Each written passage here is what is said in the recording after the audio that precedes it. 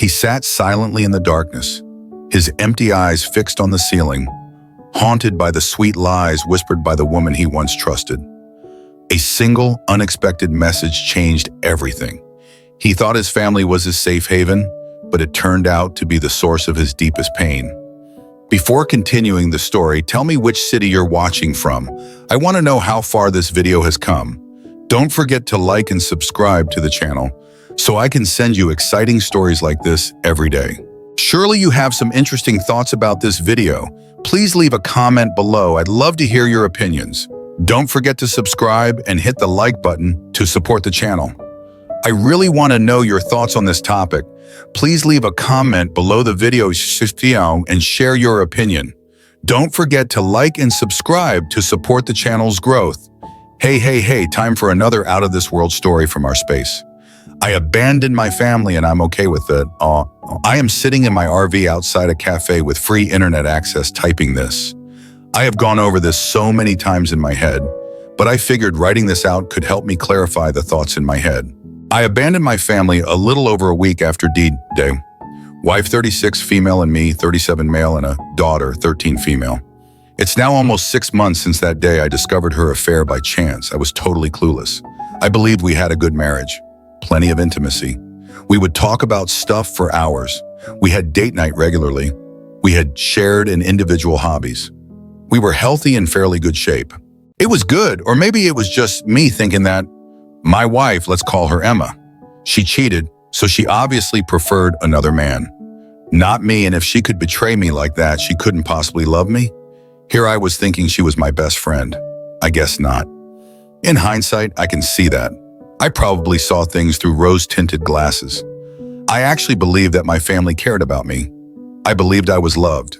I was the fool. I guess I came home late from work. There was a safety training seminar. I had to attend.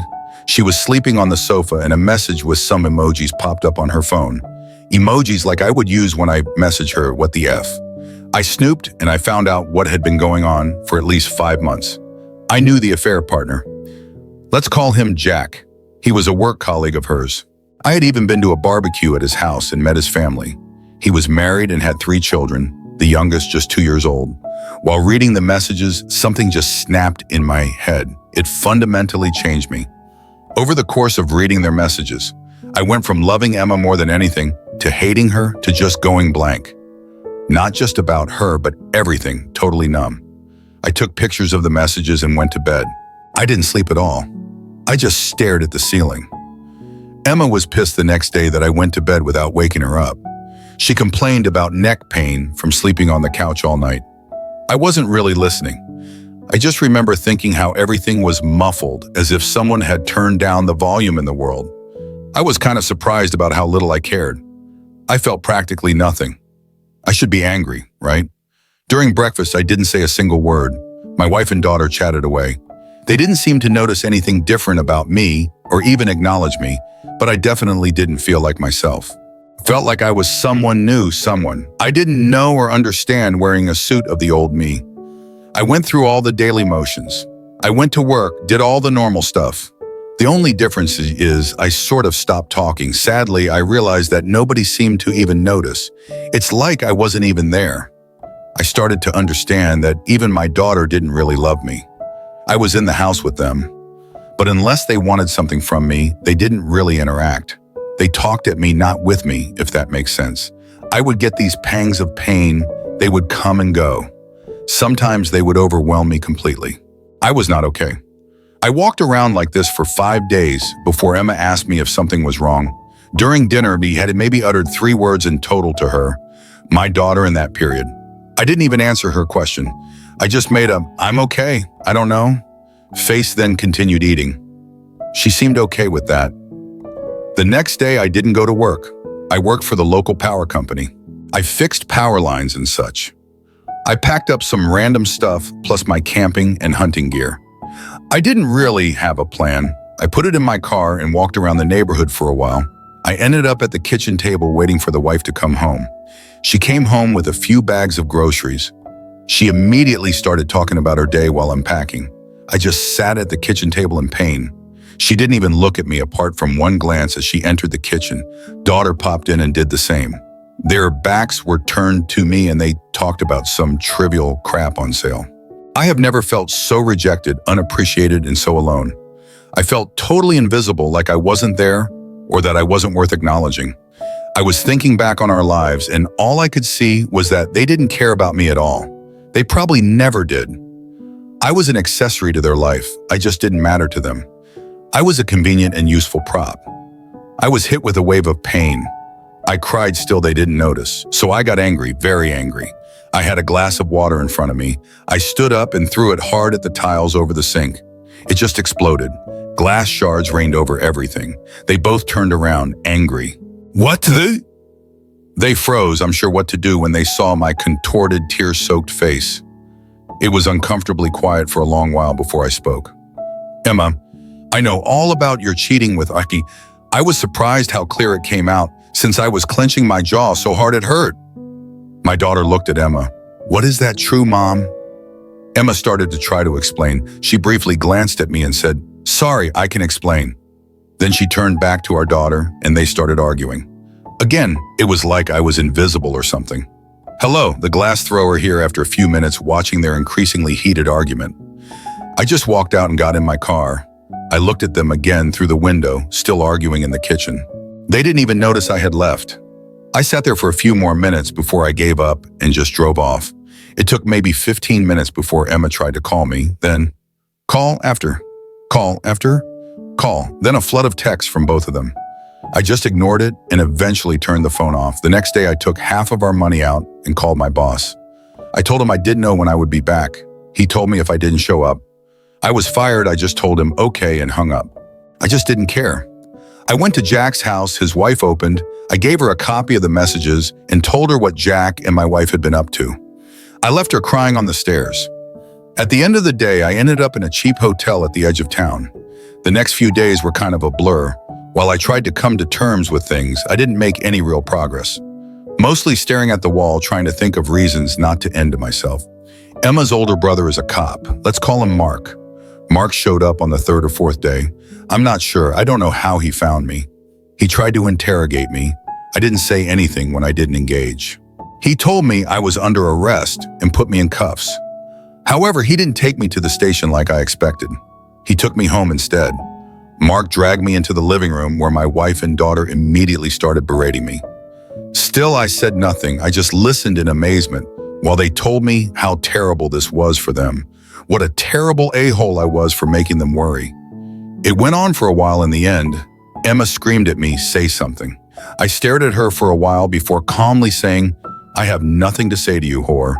Mark freaked out and slammed me against the wall, screaming at me to not talk to his sister that way. I got a lot of satisfaction out of Mark's violent reaction. I don't know why it made me so happy. I was laughing. Mark's wife left him 4 months earlier. I smiled at Mark. "You're pathetic, Mark. Did you beat your wife to Mark? Is that why she left you?" Mark hit me hard. I went down. Wife and daughter started screaming their heads off as I start to get up. I just laughed even harder. I just couldn't help myself. I was bleeding from somewhere. I saw it on the floor. I am still in handcuffs laughing. Maybe it was the absurdity of it all. I spat blood in Mark's face and said, "Phew, Mark." He hit me again, hard enough to knock me out cold this time. I woke up in the hospital.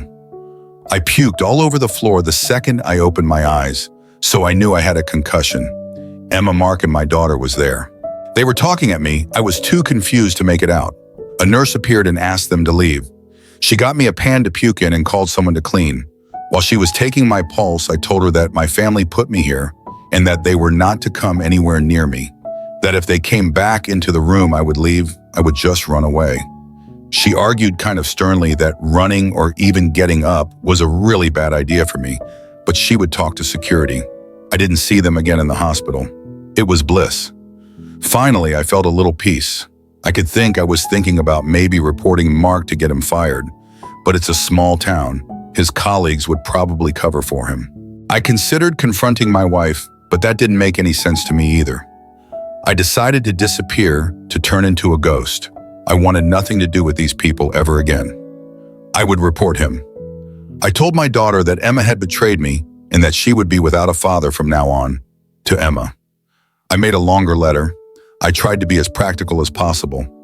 I told her to sell the house, that I won't be paying the mortgage or utilities anymore.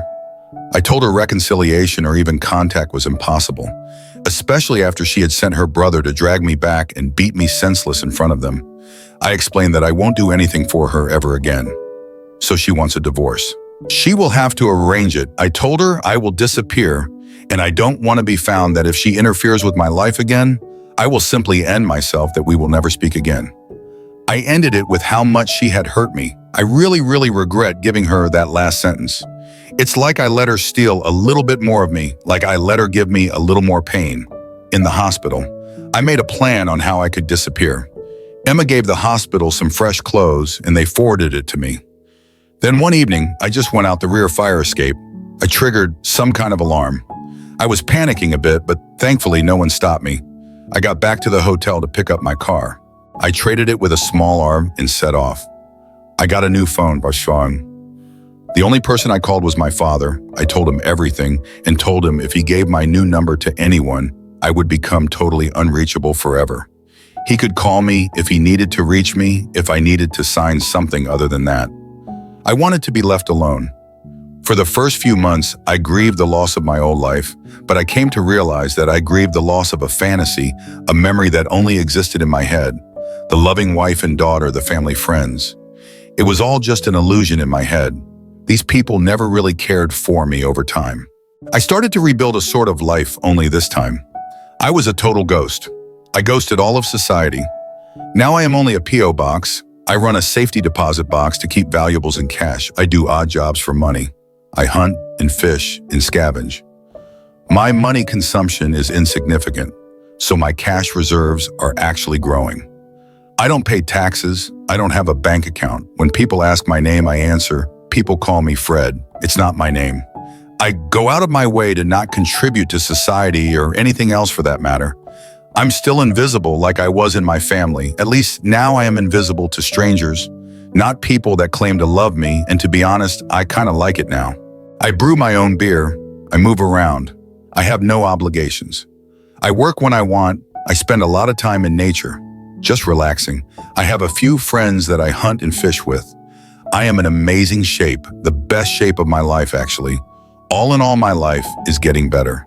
At least now no one is using me for nothing but their own benefit while pretending they care about me. I don't know what happened to my wife and daughter, my old friends, or the rest of my family. I don't know if I am divorced now or if I owe child support.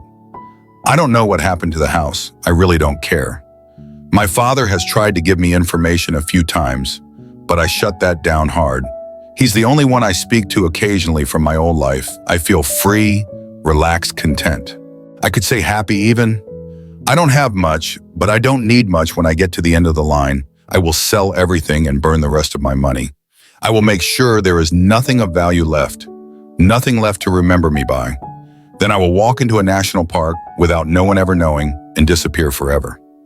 Sometimes I go to shopping malls, trains, or bus stations and just observe people. There I see them all, the men, like I used to be. The men that are sacrificing themselves to a society and families that don't give a crap about them.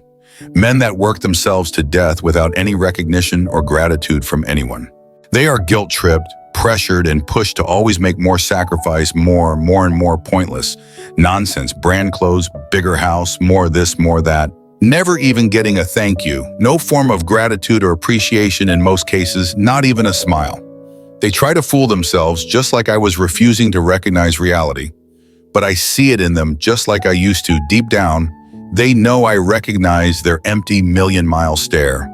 I used to have the same one update. I guess this is kind of a positive update. I have tried, but I have a limited access over the last week. The hospital took away my internet access since it caused me quite a lot of distress to read some of the comments. I was very unstable in the beginning. Anyway, I'm out since Friday morning. I've been getting a lot of therapy, and I'm doing much better.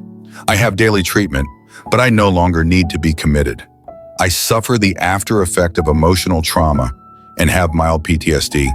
My behavior has naturally been off as a result of this. I have been in intensive therapy, and I am getting some medication. I only take the pills now and again at this stage if I feel overwhelmed. I still get these waves of pain that hits me where the world goes numb, but it's less frequent. Some of my behavior, especially the isolation, probably made things even worse for me. I have talked a lot to my daughter. She tells me she has forgiven me. She never meant to make me feel unappreciated. She loves me the first few days. I didn't actually believe her. But once I got some perspective, I realized this doubt was all on me. I have apologized more times than I can count. She started telling me to stop apologizing, and actually, she has moved away from her mother and is living with my brother and his family at the moment. She gets along really well with his kids, and my brother has told us that she can stay for as long as she wants. I am in no condition to be a full-time parent at the moment, so for now, she'll stay with them. My brother has arranged therapy for her, and I will do my best to be the best father I can from now on. My wife Emma has also moved out of the house and is living with her parents. My father has been paying the mortgage for me without me knowing, so the house isn't sold yet. I'm not looking forward to going back there to all the memories. I decided to sell the house and downsize to a tiny home and live a life closer to nature with less stress. I will try to rent or buy a plot of land and live as simply as possible, at least for a while. My daughter loves this idea and has been researching tiny homes like a pro. Jack, the affair partner, is trying to reconcile with his wife and has cut Emma off completely. Emma has been to my dad's house almost weekly, begging for him to contact me and let her talk to me. If what her mother tells me is correct, Emma lost her job and is in a terrible way, barely leaving her room at her parents' house. She is shunned by pretty much everyone, according to her mom. I have found a lawyer today and will start divorce proceedings ASAP. I bought a whole case of my hunting buddy's favorite whiskey and spent Saturday night there thanking him. He is a true friend. He probably saved my life. My wife's affair completely broke me and my family. I was so broken. I couldn't even see it myself. It was actually all the harsh comments here on Reddit. They got me to accept that something was seriously wrong with me. I would not have asked for help if I wasn't pushed to a point where I started to break down.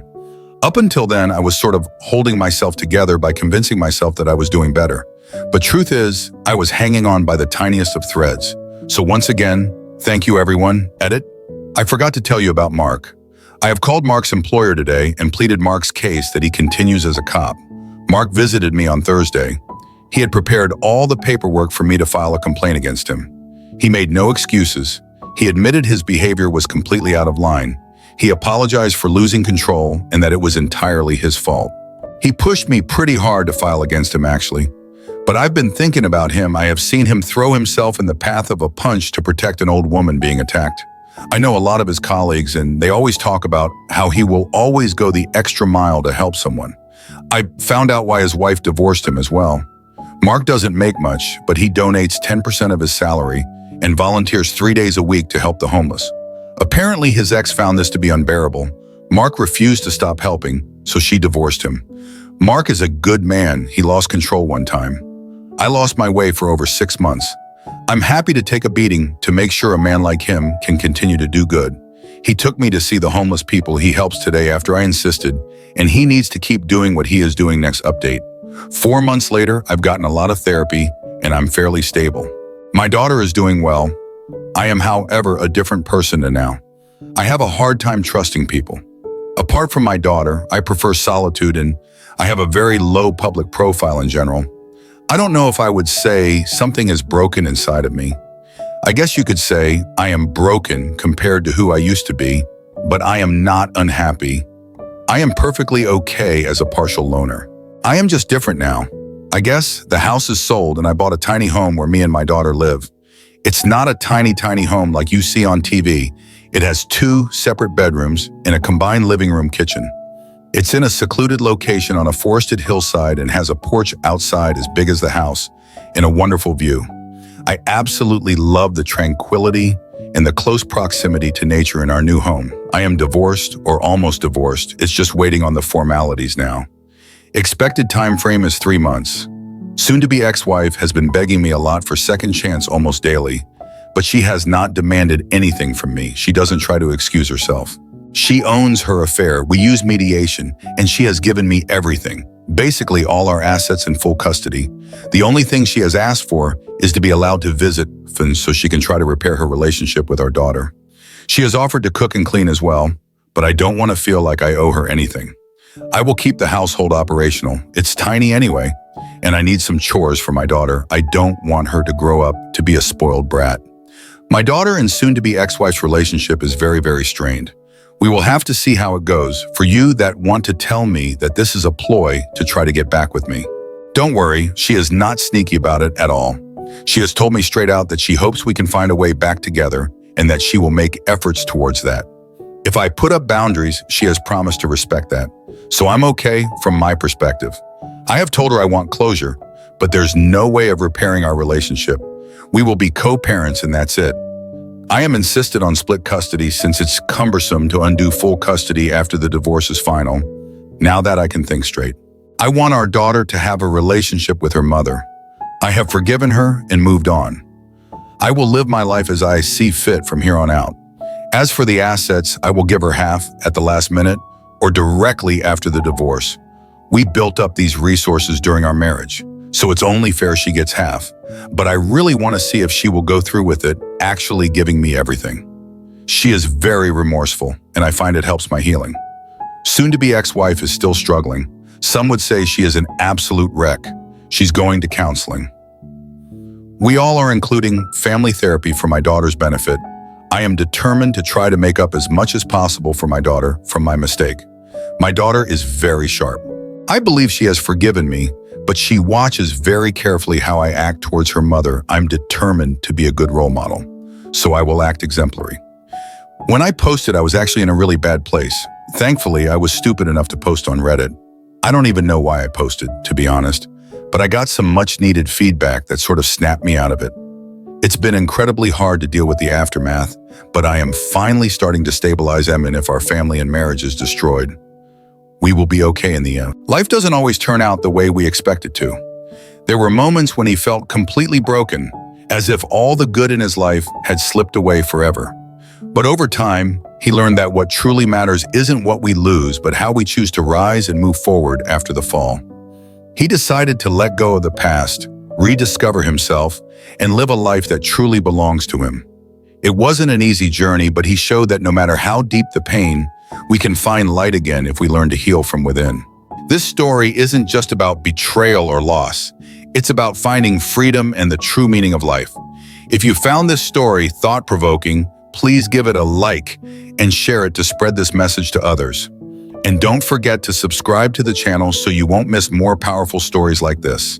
Thank you for watching and staying with us until the end. See you in the next video.